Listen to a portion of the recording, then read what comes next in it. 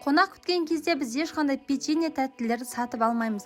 Барлығын өзім жасаймын. Тек қана оған керекті заттарды ғана сатып аламын. Қалайсыздар? Сол заттардың бірінде бүгін мен сіздерге осындай қытырлақ вафлидің рецептімен бөліскелі отырмын. Жасалу жолы өте оңай, демде жасалынады, өте дәмді, керемет болып шығады.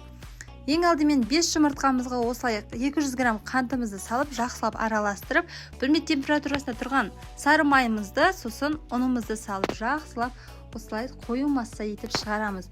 Одан кейін қызып тұрған осылай вафлинцамызға 5-6 минутта жақсылап пісіріп аламыз.